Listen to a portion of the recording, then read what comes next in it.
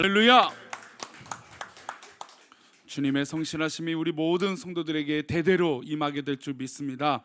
아멘. 기도하겠습니다. 하나님 아버지, 이 시간 주의 은혜를 사모하고 함께 예배하는 우리 모든 성도들에게 은혜를 내려주시고 풍성한 은혜로 함께하여 주옵소서. 이 시간 말씀을 나눌 때 우리 함께하여 주옵소서. 하나님 말씀을 전하는 저나 또 나누는 듣는 우리 성도에게 같은 마음을 허락하여 주옵소서. 감사하고 거룩하신 예수 그리스도 이름으로 기도 올리옵나이다. 아멘. 말과 행동의 모습을 보면 평소에 그 사람에 대해서 알 수 있습니다. 아, 저렇게 생각하는구나. 아, 저런 마음가짐을 갖고 있구나라고 엿볼 수 있는 것이죠. 물론 뭐 100% 맞다라고 할 수는 없지만 어느 정도 저 사람이 갖고 있는 이 생각이나 모습들을 볼 수 있죠. 또한 더불어서 부정적인 사람을 만나면 어떻게 될까요? 부정적인 사람은 부정적인 말이 끝나지가 않습니다. 늘 꼬리에 불평과 불만과 부정적인 말들이 계속되어 온 것이죠. 무엇만 하면 걱정, 무엇만 하면 부정적인 것들로 채워지게 됩니다. 또 반대로 긍정적인 사람 만나면 어떻게 될까요? 매사에 긍정적입니다. 그래서 염려하는 사람들 입장에서 보면 아니 너무 긍정적이지 않아? 너무 평안한 거 아니야? 라고 생각이 들기도 하는 것이죠. 그래서 부정적인 사람과 긍정적인 사람이 만났을 때 그 합의점을 찾는 것이 참 쉽지는 않습니다. 긍정적인 사람은 아유 너무 걱정하지 않아도 돼, 너무 부정적이야, 이렇게 하겠죠. 또 반대로 부정적인 사람은 아니 너무 가볍게 생각하는 거 아니야? 너무 긍정적인 거 아니야? 라고 얘기를 할 것입니다. 우리는 나도 모르게 이런 부정적인 영향이든 긍정적인 영향이든 우리도 모르게 주변 사람들에게 끼치고 있습니다. 그래서 이왕이면 우리가 좋은 영향을 끼치는 게 좋을까요? 안 좋은 영향을 끼치는 게 좋을까요? 당연히 우리는 좋은 영향력, 선한 영향력을 끼치는 것이 좋을 것입니다. 나도 모르게 주변 사람들에게 영향을 분명히 줄 텐데 그 영향을 주는 것이 나쁜 거라면 얼마나 가슴 아픈 일인가요? 우리도 우리 모르게 이 분위기가 또 이 가정의 분위기나 또 집안의 분위기가 전달되는 경우들이 있습니다. 괜히 부모님을 자녀들이 닮는다라는 것이 아니죠. 아이들에게 아무리 말 조심하라고 가르쳐도 아이들은 거짓말을 할까 안 할까요? 하지 않죠. 그래서 부모님들이 하고 있는 어떤 습관들이 그냥 그대로 비춰지게 됩니다. 아이들은 스승에게 배우고 교회에서도 배우고 어디든지 배우겠지만 가장 많이 배우는 것은 집안입니다. 결국 부모님이신 것이죠. 그래서 가정의 분위기가 중요합니다. 가정의 분위기가 부정적인 분위기인지, 가정의 분위기가 긍정적인 분위기인지, 가정의 분위기가 하나가 되는 분위기인지, 가정의 분위기가 정말 늘 이 감정의 격한 골로 빠지고 있는 분위기인지. 그래서 가정의 가풍이나 가훈 등은 아이들에게 평생의 도전이 되고 생각이 되는 것이죠. 우리 성도님들은 가정에 어떤 이 바람직한 이 가치를 두고 있습니까? 어떤 가정에 가면 야 우리 집안은 사랑해야 돼. 어떤 집안은 또 우리는 배려해야 돼. 우리는 뭐 나눌 수 있어야 돼. 뭐 이런 가훈과 가풍이 분명히 있을 거라는 것이죠. 사실 이 가정에 가풍과 가훈이 있기를 바라는 마음으로 작년에 한번 이런 말씀을 드렸던 것이 기억이 납니다. 그러면서 분명 우리 아이들에게 이 좋은 영향력이 끼치게 해서 좋은 가문의 좋은 이 가풍의 분위기가 분명 우리 자녀들에게 필요한 것이죠. 그런데 제가 사역할 때, 제가 전도사 사역할 때 가장 딜레마가 있었어요. 그게 뭐냐면 수련회 가서 정말 막 은혜를 많이 받아요. 수련회 통해서 막 도전받고 열심히 막 춤을 추고 기도하고 막 뜨겁게 기도하고 은혜 받고 눈물로 막 하나님 앞에 아랬던 이 귀한 학생이 아니 막상 이 수련을 마치고 집에 갔더니 몇 주도 안 돼서 그 신앙이 바닥을 쳐버리는 경우들을 보게 됩니다. 금방 그 은혜가 꺼지는 거예요. 그러니까 왜 그러냐 봤더니 예를 들어서 부모님이 교회를 안 다니시거나 아니면 교회를 나오셔도 아이들 신앙에 대해서 무관심하고 아니면 그 당시 지금은 사실 이제 아이들의 선택권이 좀 더 강요가 이제 커졌다라고 보는데 그때는 무조건 주일 학원을 가야 된다 막 이런 분위기가 있었어요. 그러니까 아이들이 은혜 받고 막 친구들끼리 좋아지고 막 형 동생 하면서 누나 언니 하면서 막 가까워지고 이랬는데 이 멤버십이 한 주도 지나지 않아서 학원과 여러 가지 것들로 인해서 또 집안의 어떤 분위기로 인해서 깨지는 것을 보게 됩니다. 그래서 수련회 엄청난 비용들이 많이 들어가잖아요. 그러니까 비용이 많이 들어갔는데 그 비용을 떠나서 뭐 계산하는 건 아니지만 좀 아쉬움이 컸어요. 이렇게 애를 썼는데, 이렇게 교사들이 힘썼는데 왜 이렇게 금방 믿음이 식어질까라는 것은 결국 그 답은 집안에 있었다라는 것이죠. 결국 이런 좋은 영향력을 끼치고 좋은 분위기를 갖는 것이 참으로 중요합니다. 우리 성도님들 삶 가운데 좋은 가정의 영향력이 나타나기를 축원합니다. 우리 성도님들 가정에 좋은 가풍과 분위기가 있기를 축원합니다. 그래서 우리 자녀들이나 우리 손주들이 또 할머니 할아버지들을 만나고 가정을 만났을 때, 와 그래 우리는 여기 오면 평안함을 얻어. 근데 어떤 집을 보면 막 가면은 너무 힘든 거예요. 그냥 빨리 집에 나오고 싶은 마음이 커지는 거죠. 그러면 되겠습니까? 혹시나 그런 가정이 있을지라도 우리가 조금 더 안타까움과 괴로움 속에 관계를 맺는 것이 아니라 기도하고 사랑하며 모든 이 가족들을 그렇게 품고 기도할 수 있는 귀한 이 믿음의 가문들이 되시기를 축원합니다. 그런 좋은 가문이 됐을 때 좋은 영향력을 자녀들이 받는 것이고 우리 온 가족이 그렇게 서로 영향을 주는 것이죠. 그러면 요셉의 가문은 어떤 가문이었을까요? 요셉 성도님들, 요셉의 가문은 어떤 가문입니까? 우리가 잘 알고 있는 아브라함의 자손이죠. 아브라함의 가문의 가풍은 무엇입니까? 이 집안의 가풍은 누구의 말씀이 절대적입니까? 하나님의 말씀이 우선이고 기준이었던 가문이었습니다. 하나님이 가라고 하면 갔고, 하나님이 멈추라고 하면 멈췄고, 하나님이 이렇게 하라면 저렇게 했던, 이렇게 했던 사람들이 바로 아브라함의 가문이었죠. 이삭 역시 그렇게 훈련되어졌습니다. 야곱 역시 그렇게 훈련되어졌고, 야곱의 할아버지, 아버지, 그것을 지켜봤던 12아들 중에 그 요셉도 아마 이 집안에 흘렀던 하나님의 놀라우신 은혜를 봤을 거라는 것이죠. 그래서 그 요셉이 가졌던 영향력은 바로 하나님의 말씀의 기준을 잡고 하루하루를 버티고 살아왔다는 것입니다. 그러니까 그 어려움들을 이겨내는 것이죠. 오늘 본문을 보면 요셉이 이제 형제들을 만나서 지난주에 막 펑펑 울었습니다. 근데 요셉이 누구를 데리고 오기 위해서 이 작전을 펼쳤습니까? 베냐민을 데리고 오기 위해서 이 작전을 펼쳤어요. 그래서 시므온 형을 감옥에 잠시 가둬놓고, 물론 뭐 좋은 거 다 해줬지만 형식적으로 잡아두고, 그 다음에 10명의 형들을, 9명의 형들을, 10명의 형들이죠.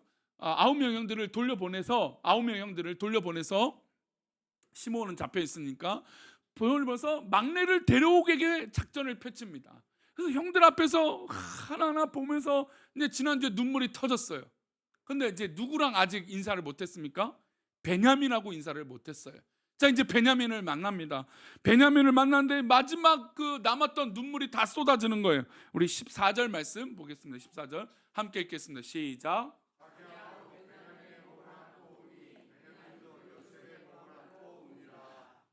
이제 형제들하고 다 안으면서 눈물을 막 쏟았습니다. 괜찮습니다. 형님들 괜찮아요. 내가 지금 이곳에 있는 것은 형님들 때문이 아니라 하나님께서 나를 미리 보내셨고 우리들을 이렇게 구원하시고 또 애굽의 지도자로 나를 세우시기 위해서 하신 겁니다. 하나님이 하신 겁니다 라고 말하면서 형들을 오히려 위로했습니다. 좋은, 참 원래 상처가 많으면 그렇게 하긴 쉽지 않아요. 불구하고 요셉은 그 상처를 다 이겨낼 정도로 하나님의 은혜가 분명히 있었던 것이고, 그리고 형제들을 만나면서 하나하나 안아주면서 그 눈물을 다 쏟았습니다. 여러분, 눈물이 난다는 게 지난주 무엇이었습니까? 바로 이런 따뜻한 정이 우리 가운데 있어야죠. 한국 사람 하면 그런 거 아닙니까? 한국 교회 하면 눈물 아니었습니까? 한국 교회 하면 모여서 눈물로 기도했어요. 말보다는 기도였어요. 근데요, 우리 한국교회가 언제부터 말이 먼저예요. 말이 불평이 먼저고 부정적인 게 먼저예요. 여러분, 우리는 어떤 상황이든 어떤 조건이든 중요하지 않아요. 아니, 지금보다 더 어려운 시대를 살았어요. 우리 한국교회는요. 우리 한국교회는 더 형편없는 시대를 살았던 교회들이었습니다. 그런데 그 어려운 것들을 다 이겨냈죠. 왜 그럴까요? 다 수많은 눈물의 기도와 헌신이 있었기 때문이죠.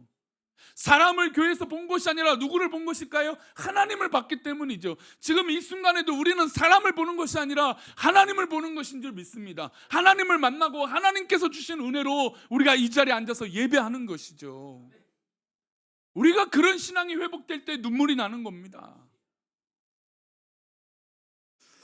저도 이제 하루하루 세월이 지나니까 자꾸 드라마를 보고 눈물이 나요. 참. 막 TV에서도 누가 뭔가 애쓴다고 하면 괜히 막 마음이 동요가 돼요. 그 막 눈물이 나요. 막 응원하게 되고. 근데 그런 감정적인 나의 초점에 맞춘 그런 눈물이 아니라 정말 애통하고 서로를 위해서 기도할 수 있는, 우리 주변에 어려움 당하고 있는 이웃, 오죽하면 저럴까라고 하는 이 안타까운 심정을 가지고 눈물을 흘리는 그런 마음. 아니, 요셉이 형제들을 만났을 때 이 울음이 가만두지 않겠어, 그런 눈물이었습니까? 아니잖아요. 어떻게든 하나님의 은혜로 이 형제들을 만나서 너무나 감사한데 지금 마지막으로 누구를 만난 겁니까? 베냐민을 안는 순간에 또 다른 눈물이 터져났어요. 왜냐하면 자기의 어머니가 이제 야곱의 아내는 4명이었으니까. 근데 야곱이 사랑했던 아내는 라헬이었어요. 라헬에 낳은 2 아들이 딱 있는데 요셉과 베냐민이었어요. 심지어 라헬은 베냐민을 낳다가 죽게 됐어요. 그러니 요셉의 입장에서 이 베냐민은 너무나 엄마 다음으로 애틋한, 부모님 다음으로 애틋한 관계의 동생이었죠. 게다가 막내였으니까. 그 베냐민을 아는 순간 목이 터지라 눈물이 안 왔습니다. 아마 이 껴안고 있는 것이 눈물 범벅이 되었을 거예요. 여러분, 요셉은 어떤 사람입니까? 지금 형편에 이렇게 울음이 터졌는데 총리예요, 총리. 권력자입니다. 애굽의 제 2번째인 위치에 있는 사람이에요. 근데 그런 사람이 체면도 상관없이 눈물이 막 터져갖고 온 애굽의 성에 다 들리고 바로 왕의 귀까지 들렸습니다. 솔직히 사람이 체면을 생각하고 뭐 나를 생각한다면 이 울음소리를 어떻게 할까요? 들리지 않게 하겠죠. 조심스럽죠. 내 위치가 있는데. 저도 가끔 우리 성도들이 뭐 기도하다가 막 은혜 받으면 저도 막 도전이 받고 눈물이 나는데 막 참아요. 왜냐하면 저도 앞에 있으니까 약간의 체면을 생각하는 것도 있겠죠. 또 예배를 인도해야 되니까 그러겠죠. 그래서 꾹꾹 참습니다. 근데 만약에 제가 설교를 못할 정도로 울었다 쳐보세요. 제가 한번 그런 적이 있습니다. 우리 꿈꾸는 교회, 이제 우리 사랑하는 우리 교회 이제 부임하기 전에 어느 날 우리 특송하는 분이 나는 아무것도 아닙니다 라고 하는 찬양을 딱 하는데 그날 설교가 제가 오후 설교였어요. 근데 그 찬양하는데 눈물이 멈추지 않는 거예요. 너무나 큰 은혜를 받았고, 맞아, 나는 아무것도 아닌데, 정말 나는 아무것도 아닌데 하나님 나를 사용하시는 것인데 얼마나 감사한데 왜 내가 이렇게 어려운 마음으로 마음속이 있을까, 막 이런 마음이 있었어요. 그 찬양을 통해서 한 10분을 울었어요. 정말 내가 참으려고 너무 애썼는데도 안 멈춰지더라고요. 근데 지금 이제 그 전에 이제 성도들을 만나는데 사역을 잘했던 목사님으로도 기억이 나지만 울던 울보 목사님으로 기억이. 그러니까 사람이 보여지는 이미지가 기억 속에 남거든요. 그러니까 울어보면 아이고 저 사람 울음이 많네, 그럴까봐 이 권력을 잡은 사람이 눈물을 보이지 않으려고 할 겁니다. 근데 요셉이 이 눈물을 도저히 멈추지 않는 것이죠. 또 15절 말씀 보겠습니다. 이어져 있는 15절입니다. 함께 읽겠습니다. 15절 말씀. 15절 시작. 형제들. 그러니까 지금 요셉은 형들에게 내가 그 요셉입니다 말했는데도 아직도 이 형들은 요셉과 말을 트지 못할 정도로 두려움 속에 있었습니다. 그래서 일일이 형제들과 다 안아주고 입 맞추고 기도해주고 뭐 그런 이 따뜻한 눈물의 이 사랑의 나눔이 있었죠. 요셉이 눈물이 많은 사람이었을까요? 이렇게 눈물을 계속 흘리잖아요. 요셉이 눈물이 많은 사람이었을까요? 성경을 보면 고난당했을 때 어떤 상황이 있을 때 눈물이라고 하는 단어가 등장합니까 안 합니까? 요셉의 물론 뭐 성경이 그것이 뭐 중요해서 안 중요해서 뭐 이렇게 이유가 있으니까 뭐 기록이 되어 있든 안 되어 있든 그걸 모르겠습니다. 그거는 하나님이 기록하신 거니까. 근데 어쨌든 눈물이 그 전에는 안 나왔어요. 근데 가만 보면 눈물 날 상황이 있습니까 없습니까? 있죠. 종으로 팔렸을 때 눈물 날 상황 아닙니까?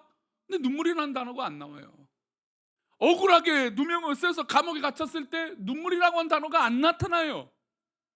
즉 요셉은 그렇게 자신이 막 누려움에 막 눈물이 많았던 사람 그렇게 볼 수는 없습니다. 그런데 요셉은 이전에 당한 고난 당할 때 그 눈물이 보이지 않았던 이 사람이 이렇게 눈물을 많이 쏟아내는 것입니다. 이때는 뭐가 없을까요? 체면도 없습니다. 여러분 교회에서 기도하고 교회에서 사랑을 나누고 교회에서 헌신하는 건 체면이 중요하지 않아요. 가끔 우리가 체면 치레를 참 우리나라는 체면 치레가 참 중요한 민족이긴 합니다. 그러나 우리가 하나님 앞에 기도하고 애쓰고 눈물 흘리고 헌신하고 수고하는 건 체면이 없어요. 아니 나에게 가장 중요한 문제가 해결되지 않는데 그거보다 더 중요한 문제가 어디 있습니까? 하나님 앞에 매달려 기도해야죠. 매달려 눈물 흘려 기도해야죠. 그래서 요셉은 사실 그렇게 눈물이 많은 사람이라고 말할 수는 없지만 그러나 지금 형제들을 만났을 때 눈물을 다 참았던 눈물을 다 쏟아냈습니다. 그러면 주변의 사람들이 어떻게 볼까요? 아니 도대체 요셉은 어떤 사연이 있길래 이렇게 눈물을 쏟아낼까? 아니 요셉은 어떤 사정이 있길래 저렇게 우지? 야 나 같으면 저 형제도 가만두지 않을 텐데 그 사실을 알았다면 아마 주변의 사람들이 그렇게 생각했겠죠. 근데 저렇게 우는 이유를 알 수 없는 거예요. 요셉도 체면이 있으니까 말이죠. 근데 이렇게 눈물을 흘리고 형제들이 왔다는 소문이 퍼졌는데 주변들의 반응이 어땠을까요? 주변들의 반응이 조금씩 나타납니다. 우리 16절 말씀 보겠습니다. 16절입니다. 함께 읽겠습니다. 요셉의 형들이 왔다는 소문이 바로의 궁에 들림에 바로와 그의 신하들이 기뻐하고 요셉의 형들이 왔다는 소문이 그 울음과 함께 온 소문이 궁에 퍼졌습니다. 그리고 바로 왕에게도 들렸어요. 바로와 그 신하들이 들렸는데 이들이 뭐라고 말합니까? 뭐라고 지금 고백하고 있습니까? 기뻐한다라고 말하고 있어요. 자, 여기서 이제 요셉이 가지고 있는 영향력이 나타나는 거예요. 여러분 어떤 사람이 오면은 참 불편해요. 어떤 사람이 또 있으면 괜히 걱정이 돼요. 여러분 그런 사람이 되는 것이 좋겠습니까? 아니죠. 우리가 이왕이면 신앙생활하든 무엇을 하든 좋은 영향력 있는 그런 사람들이 되기를 축원합니다.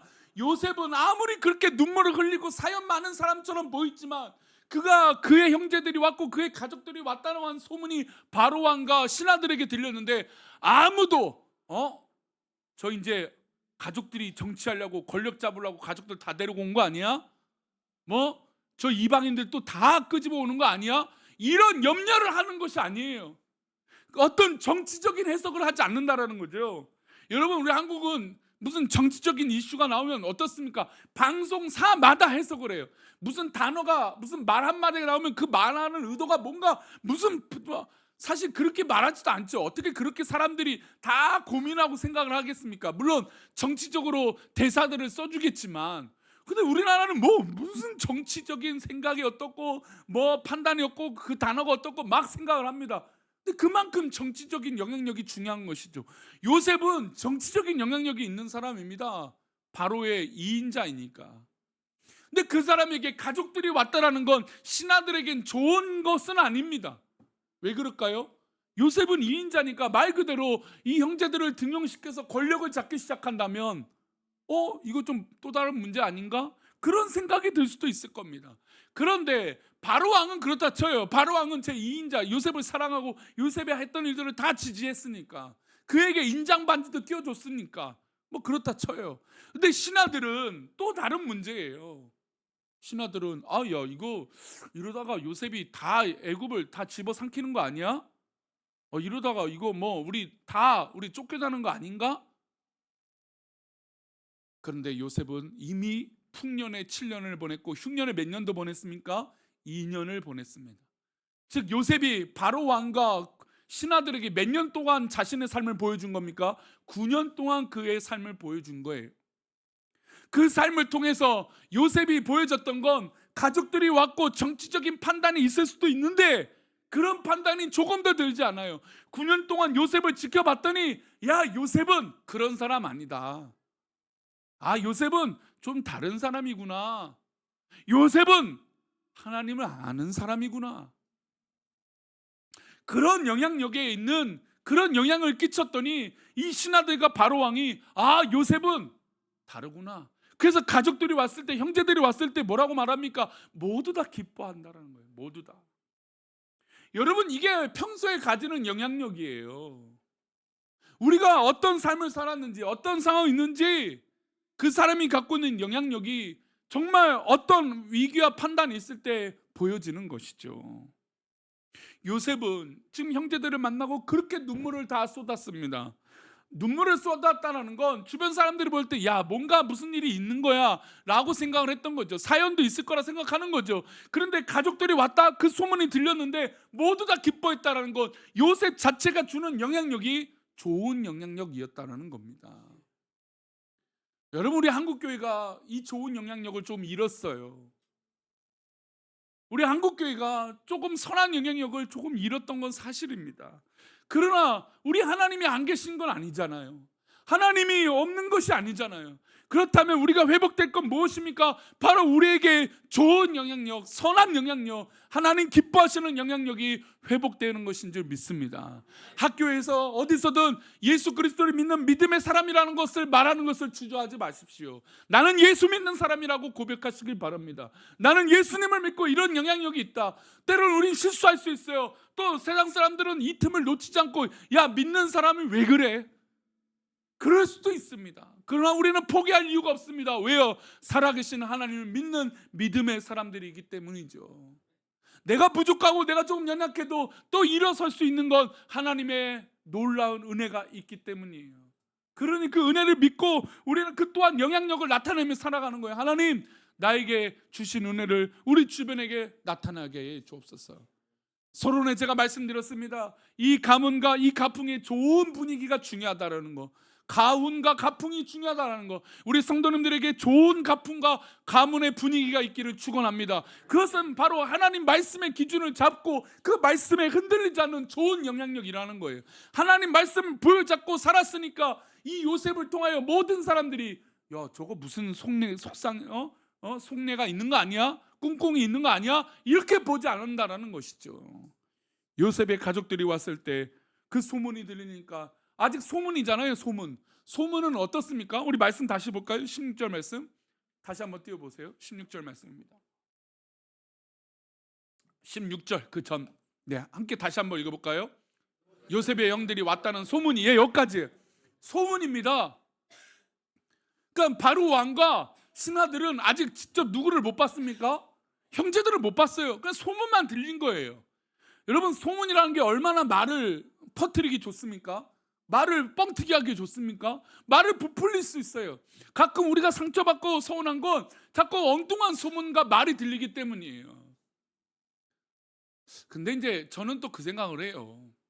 여러분, 뭐 그런 소문이 뭐가 중요합니까? 말이 보태준 게 사실 우리 성도님들 중요하지 않아요. 그거 갖고 뭐 스트레스 받지 마시기 바랍니다. 가끔 염려가 돼요. 아유, 나는 나에 대해서 좀 알려지고 싶지 않은. 맞습니다. 그거 충분히 이해가 돼요. 저도 꽤 그런 전화, 그런 상담의 이야기들을 듣습니다. 목사님, 이건 목사님하고 사모님만 알고 계세요? 예, 제가 몇 번이나 말합니다. 제가 꼭 다른 사람들은 얘기하지 않겠습니다. 그런데 저는 한편으로 그런 얘기를 듣지만 저는 우리 모든 성도들이 알았으면 좋겠어요. 소문을 만들어내는 교회가 되지 않기를 축원합니다. 우리 교회의 좋은 가운과 좋은 가풍과 좋은 교회의 이 모습은 소문이, 인간적인 소문이 만들어지는 교회가 아니라 정말 하나님 주신 좋은 은혜로 좋은 소문이 펼쳐지기를 축원합니다. 이게 좋은 영향력 아니겠습니까? 인간이 만들어내는 소문은 말을 만들어서 바꾸어서 뻥튀기가 됩니다. 그런데 지금 이 상황은 그런 것이 나타나지 않아요. 왜 그럴까요? 바로 요셉이 가지고 있는 영향력 때문이에요. 요셉이 선한 영향력을 가지니까 주변 사람들이 그 소문을 듣는데 이상하게 생각하지 않는다라는 것이죠. 그리고 때로는 이상하게 생각하면 어떠합니까?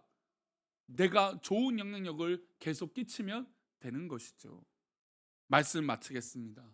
성도 여러분, 우리는 사람의 말을 의식하는 것이 아니라 하나님 말씀을 믿는 사람들인 줄 믿습니다. 그렇다면 우리 주변에 또 나에게 일어나는 모든 일들 가운데 우리는 무엇을 붙잡고 살아가야 될까요? 하나님 말씀을 붙잡고 그 영향력을 나타내는 것입니다. 여러분, 우리 이제 올해가 이제 한두 달 남았습니다. 우리가 교육자 수련회를 지난 주간에 갔다 왔는데 우리 교육자들하고 2024년을 뭔가 우리 교회가 달라야 되지 않겠냐고 도전했습니다. 저 또한 그렇습니다. 우리 교회가 하나님 은혜 가운데 정말 성령에 충만하고 좋은 영향력 있는 그런 교회가 되어야 되지 않겠습니까? 그러기 위해서는 우리 모두 다 선한 영향력이 필요합니다. 우리 성도님들 조금만 더 우리 힘내봅시다. 그러면 하나님께서 우리 성도들 채워주실 것을 믿습니다. 올해 이 한 해를 잘 마무리하며 내년을 정말 선하고 복된 영향력을 갖추는 그런 영향력 있는 그런 성도들이 되시기를 축원합니다. 아멘. 우리 모두 다 일어서셔서 우리 오직 주의 사랑에 매여 하나님, 우리가 이런 사랑의 영향력을 갖추는 자가 되기 원합니다. 그런 마음으로 찬양하겠습니다.